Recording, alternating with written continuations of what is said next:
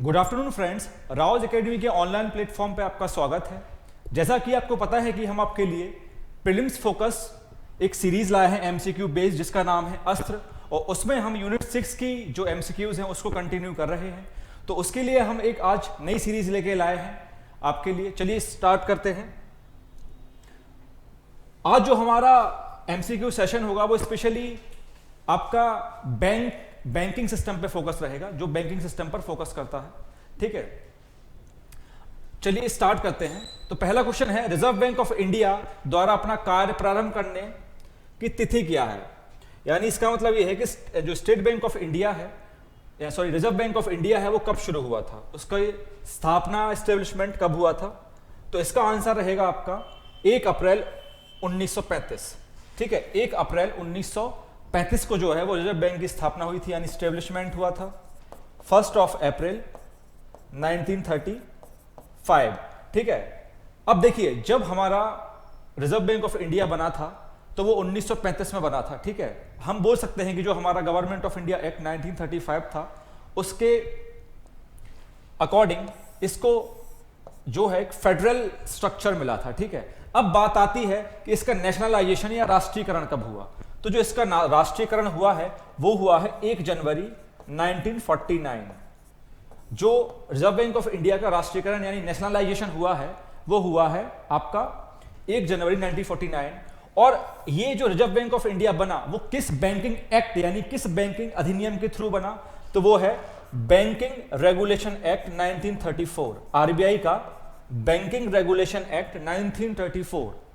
इसके अकॉर्डिंग, इसके तहत ये रिजर्व बैंक ऑफ इंडिया बना है। ये जो आपका क्वेश्चन है ये वाला, ये एमपीपीएससी ने पूछा था कि जो रिजर्व बैंक ऑफ इंडिया है उसका नेशनलाइजेशन यानी राष्ट्रीयकरण कब हुआ। ठीक है, तो इसको ध्यान रखिएगा आप। नेक्स्ट क्वेश्चन है, किस वर्ष रिजर्व बैंक का राष्ट्रीयकरण किया गया। ये हमने अभी देखा कि रिजर्व बैंक का राष्ट्रीयकरण यानी नेशनलाइजेशन कब हुआ। तो इसका जो आंसर रहेगा वो रहेगा 1949, 1 जनवरी 1949 को रिजर्व बैंक का राष्ट्रीयकरण किया गया। ठीक है, एमपीपीएससी बैंकिंग सेक्टर से हर एक क्वेश्चन पूछता है, हर साल एक क्वेश्चन पूछता है, और जो मैक्सिमम चांसेस है आपके क्वेश्चन आने के वो आपके रिजर्व बैंक ऑफ इंडिया पे हैं। चाहे वो आप देखेंगे, अगर आप हम प्रीवियस ईयर्स में देखें तो हमारा जो मॉनेटरी पॉलिसी कमेटी है उस पर क्वेश्चन पूछा जा चुका है। चाहे आप वो मॉनेटरी पॉलिसी कमेटी ले लीजिए, चाहे वो आप आरबीआई ले लीजिए। ठीक है, तो आप देखें तो ये 2 टॉपिक ऐसे जिस पर मैक्सिमम फोकस करना जरूरी है और इन पर क्वेश्चन आने की संभावना ज्यादा है। दूसरा क्वेश्चन है, तीसरा, निम्नलिखित में से कौन सा बैंक भारत का केंद्रीय बैंक है। Central bank. सेंट्रल बैंक पूछा गया है, which of the following bank is the central bank of India. अब सेंट्रल बैंक का मतलब होता है कि एक ऐसा बैंक जो सारे बैंकों को कंट्रोल करता है। What is the meaning of central bank? कि ऐसा बैंक जो सारे बैंकों को कंट्रोल करता है, रेगुलेट करता है। ठीक है, तो आपको पता है एक ऐसा बैंक कौन है, हमारा रिजर्व बैंक ऑफ इंडिया। कौन है? रिजर्व बैंक ऑफ इंडिया जो है वो हमारा सेंट्रल बैंक कहलाता है, या बैंकर ऑफ द बैंक्स कहलाता है। यानी ठीक है, सेंट्रल बैंक ऑफ इंडिया या बैंकर ऑफ द बैंक्स। ठीक है, याद रखना। नेक्स्ट क्वेश्चन है, रिजर्व बैंक ऑफ इंडिया निम्नलिखित में से किसके बदले में मुद्रा निर्गमन करता है। मुद्रा निर्गमन करता है, यानी reserve Bank of India issue currency in exchange of which of the following. ठीक है, तो इसका आंसर है डी, गोल्ड, फॉरेन सिक्योरिटीज और गवर्नमेंट ऑफ इंडिया सिक्योरिटीज। ठीक है, क्या आंसर है इसका? गोल्ड, फॉरेन सिक्योरिटीज और गवर्नमेंट ऑफ इंडिया सिक्योरिटीज, ये याद रखना। ठीक है, अब देखिए इसका मतलब यह है कि एक जो आरबीआई है ना, आरबीआई में एक मिनिमम रिजर्व रेशियो चलता है, मिनिमम रिजर्व रेशियो। ठीक है, यानी आरबीआई अपने पास कम से कम 200 करोड़ का रिजर्व रखता है, 200 करोड़ का रिजर्व रखता है। ठीक है, और उसके बाद जो है वो करेंसी इशू करता है। ठीक है, क्या करता है उसके बाद? करेंसी इशू करता है। इस 200 करोड़ में से 115 करोड़ जो है वो गोल्ड के फॉर्म में रहता है, यानी जो हमारा यहां जो लिखा है ना गोल्ड, तो 115 करोड़ गोल्ड के फॉर्म में रहता है और बाकी जो है 85 करोड़ वो गवर्नमेंट सिक्योरिटी या किसी भी सिक्योरिटी के फॉर्म में हो सकता है। तो जो मिनिमम रिजर्व रेशियो है वो 200 करोड़ का है, ये याद रखना। और उसी के बाद जो है वो करेंसी इशू करता है। इसका मतलब ये नहीं है कितनी भी करेंसी इशू करता जाए। अगर आरबीआई ने ज्यादा करेंसी इशू कर दी या ज्यादा करेंसी प्रिंट करना शुरू कर दिया तो उससे क्या हो सकता है, उससे इन्फ्लेशन यानी महंगाई का खतरा बढ़ सकता है। ठीक है, जो कि आप देखेंगे कि जो रिसेंट टाइम है, जैसे बहुत सारी कंट्रीज ऐसे हैं जहां हाइपर इन्फ्लेशन या बहुत ज्यादा महंगाई हो गई थी, जैसे जिम्बाब्वे उसका एक अच्छा एग्जांपल है। तो वही है कि जो हमें करेंसी भी प्रिंट करना है या करेंसी इशू करना है वो भी हमें हिसाब से करना है, यानी देख के करना है कि हम कितनी भी करेंसी प्रिंट नहीं कर सकते हैं। ठीक है, नेक्स्ट क्वेश्चन है, वित्तीय क्षेत्र के मूल्यांकन committee on financial sector assessment को चेयर कौन करता है? ठीक है, ये क्वेश्चन जो है ये याद रखना, ये एमपीपीएससी में आ चुका है, काफी इंपॉर्टेंट क्वेश्चन है। तो इसमें पूछा है कि जो committee on financial sector assessment है उसको चेयर कौन करता है, उसका अध्यक्ष कौन करता है? इसका आंसर है B, Reserve Bank of India के डिप्टी गवर्नर और भारत सरकार के वित्त सचिव यानी फाइनेंस सेक्रेटरी ऑफ इंडिया और डिप्टी गवर्नर ऑफ आरबीआई, ये इसका आंसर है। ठीक है, देखिए 2-3 इंपॉर्टेंट कमेटी है, जैसे आपको पता होगा मॉनेटरी पॉलिसी कमेटी होती है, ठीक है, committee on financial sector assessment होता है। तो इनको याद रखना बहुत जरूरी है कि इसमें कौन इसके चेयरमैन होते हैं, कौन इसको चेयर करता है। ठीक है, तो इसका जो आंसर रहेगा वो डिप्टी गवर्नर और भारत सरकार के वित्त सचिव यानी फाइनेंस सेक्रेटरी, जनरली ये आईएएस होते हैं। ठीक है, तो ये इसका आंसर रहेगा। नेक्स्ट है यूपीआई। यूपीआई निम्नलिखित में से किसका संक्षिप्त रूप है जिसका आमतौर पर भुगतान हेतु उपयोग किया जाता है? यूपीआई, आपको पता है यूपीआई, ठीक है, यूपीआई मतलब होता है unified payment interface, unified payment interface, याद रखना, यूनिफाइड पेमेंट्स इंटरफेस आंसर होगा। ठीक है, ये और ये सेम ऑप्शन है, यूनिफाइड पेमेंट इंटरफेस। तो इसका जो फुल फॉर्म पूछा हुआ है आपसे वो होता है यूनिफाइड पेमेंट इंटरफेस, याद रखना। यूपीआई, यूपीआई जनरली आप दो हम फोन पे या गूगल पे जो भी यूज करते हैं वो यूपीआई का एक एग्जांपल होता है। ठीक है, वो काय का एग्जांपल है? यूपीआई का एक एग्जांपल होता है, याद रखना। अब अगर देखा जाए तो यूपीआई एक गेटवे है, यूनिफाइड पेमेंट इंटरफेस, यानी इंटरफेस मतलब कि एक तरीका है, एक चैनल है जिसके थ्रू हम पैसे ट्रांसफर करते हैं। जैसे हम बोलते हैं ना कि हमने फोन पे कर दिया, तो फोन पे मतलब होता है यूपीआई कर दो आप, बोलते हैं ना कि यूपीआई कर दो आप, तो वो मतलब कि फोन पे, गूगल पे, ये एक ऐसे, चाहे आप उनको एप्स बोल दो चाहे, ठीक है, जिनके थ्रू हम यूपीआई यूज करते हैं, यानी यूपीआई का एक प्रोसेस है। ठीक है, और प्रोसेस के लिए क्या चाहिए, हमें एक प्लेटफॉर्म चाहिए। प्लेटफॉर्म क्या है? फोन पे, गूगल पे। ठीक है, ये प्लेटफॉर्म है जिसके थ्रू हम यूपीआई प्रोसेस को एग्जीक्यूट करते हैं, याद रखना। और यूपीआई जो है वो NPCI, national payment corporation of India, अगर यूपीआई का क्रेडिट दिया जाए तो किसको जाता है? National payment corporation of India. इसका आइडिया था, यानी आप बोलें अगर कि ये किसने बनाया तो national payment corporation of India, ऐसा हम बोल सकते हैं। ठीक है, याद रखना। तो इसका आंसर हो जाएगा यूनिफाइड पेमेंट्स इंटरफेस, ये भी सेम है, यूनिफाइड पेमेंट्स इंटरफेस, ये फुल फॉर्म है इसका। नेक्स्ट क्वेश्चन है, एनपीसीआई भारतीय राष्ट्रीय भुगतान निगम द्वारा जारी कार्ड का नाम क्या है?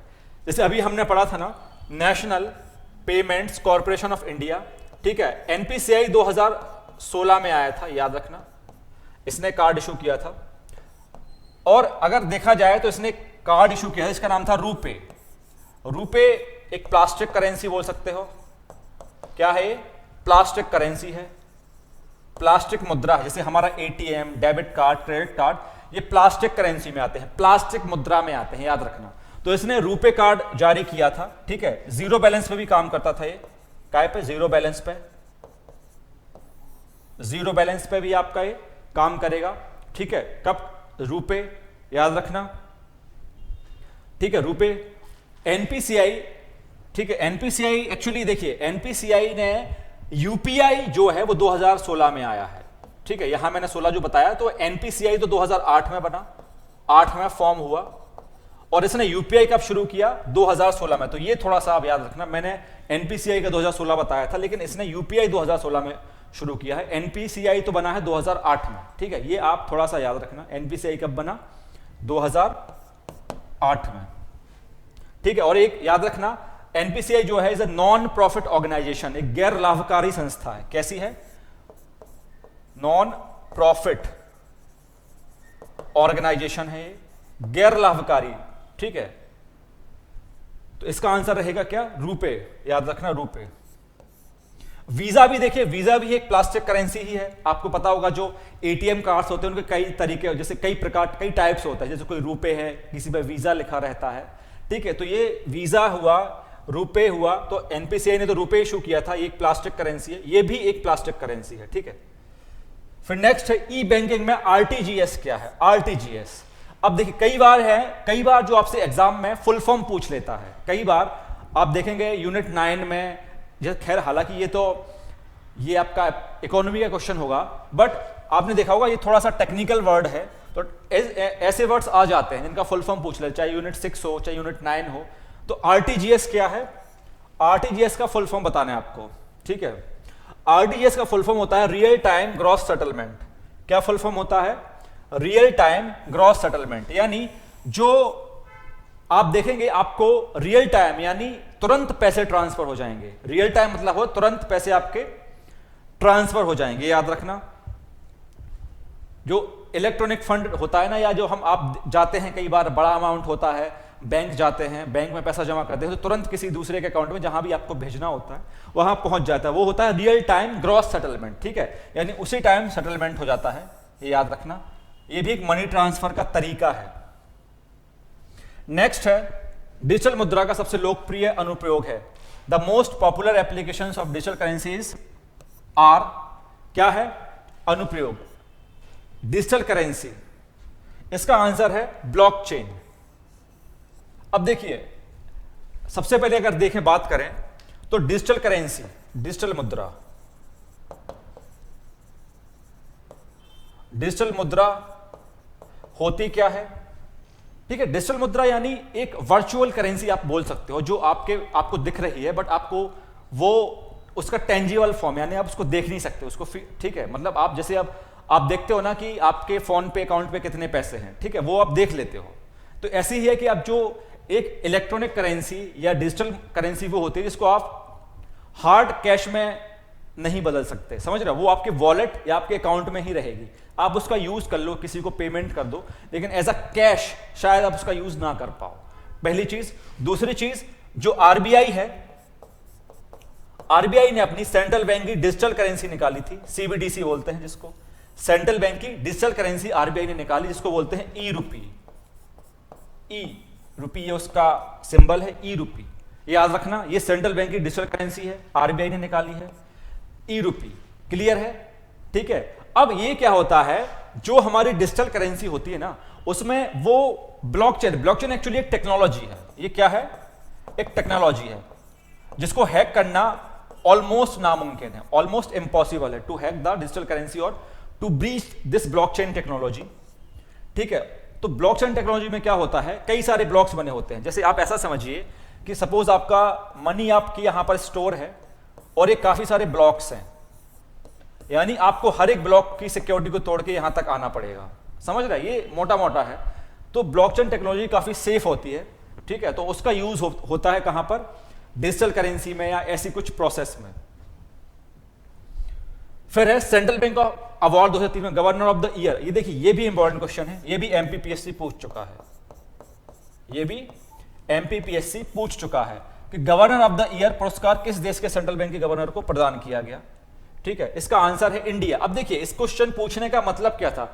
देखिए, अब ऑब्वियसली अगर ऐसा कोई क्वेश्चन पूछा जा रहा है और जिसमें इंडिया ऑप्शन में है, तो हम इस पर जा सकते हैं, क्योंकि देखिए एक तो ये अजीब सा क्वेश्चन है, 2003 में गवर्नर ऑफ द ईयर पुरस्कार, तो ये पूछने का मतलब क्या है? इंडिया को मिला तब ये क्वेश्चन पूछा गया है। ठीक है, तो ये 2023 का क्वेश्चन है, ये पीवाईक्यू है एमपीपीएससी का, क्योंकि इंडिया को मिला था वो, इसलिए पूछा गया, नहीं तो नहीं पूछते ये। ठीक है, ये इंडिया को मिला था इसलिए central bank of the governor of the year award. ठीक है, तो ऐसे क्वेश्चन तभी पूछे जाते हैं जब या तो इंडिया में कोई अच्छा, जो इंडिया का परफॉर्मेंस कुछ अच्छा रहा हो या इंडिया को मिला हो। ठीक है, मौद्रिक नीति का मुख्य उद्देश्य क्या है? What is the main objective of monetary policy? Monetary policy का मुख्य उद्देश्य क्या है? ठीक है, इसका मुख्य उद्देश्य है maintaining price stability and ensuring economic growth. ये याद रखना, monetary policy committee, monetary policy committee, ये याद रखना, मॉनेटरी पॉलिसी कमिटी जो आप याद रखिए, आरबीआई जो बैंक है, आरबीआई बैंक के अंदर एक मॉनेटरी पॉलिसी कमेटी है जिसमें होते हैं 6 मेंबर। जिसमें कितने मेंबर होते हैं? 6 सदस्य होते हैं। ठीक है, इसका जो चेयरमैन होता है ना मॉनेटरी पॉलिसी कमेटी का, यानी ये जो है ना मौद्रिक नीति समिति यानी मॉनेटरी पॉलिसी कमेटी, उसका आरबीआई का गवर्नर रहता है इसका चेयरमैन, आरबीआई का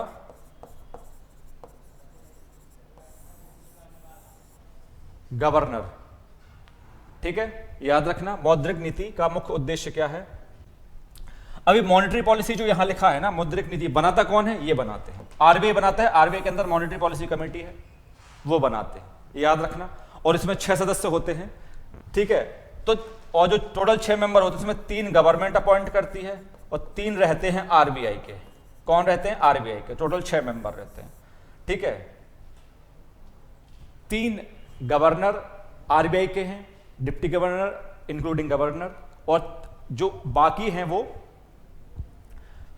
गवर्नमेंट अपॉइंट करती है। और दूसरी चीज, ये जो है ना मॉनेटरी पॉलिसी कमेटी, ये जो हमने सबसे पहले पढ़ा था ना कि जो आरबीआई बना है वो आरबीआई बैंकिंग अधिनियम यानी आरबीआई बैंकिंग एक्ट 1934 के अकॉर्डिंग बना हुआ है।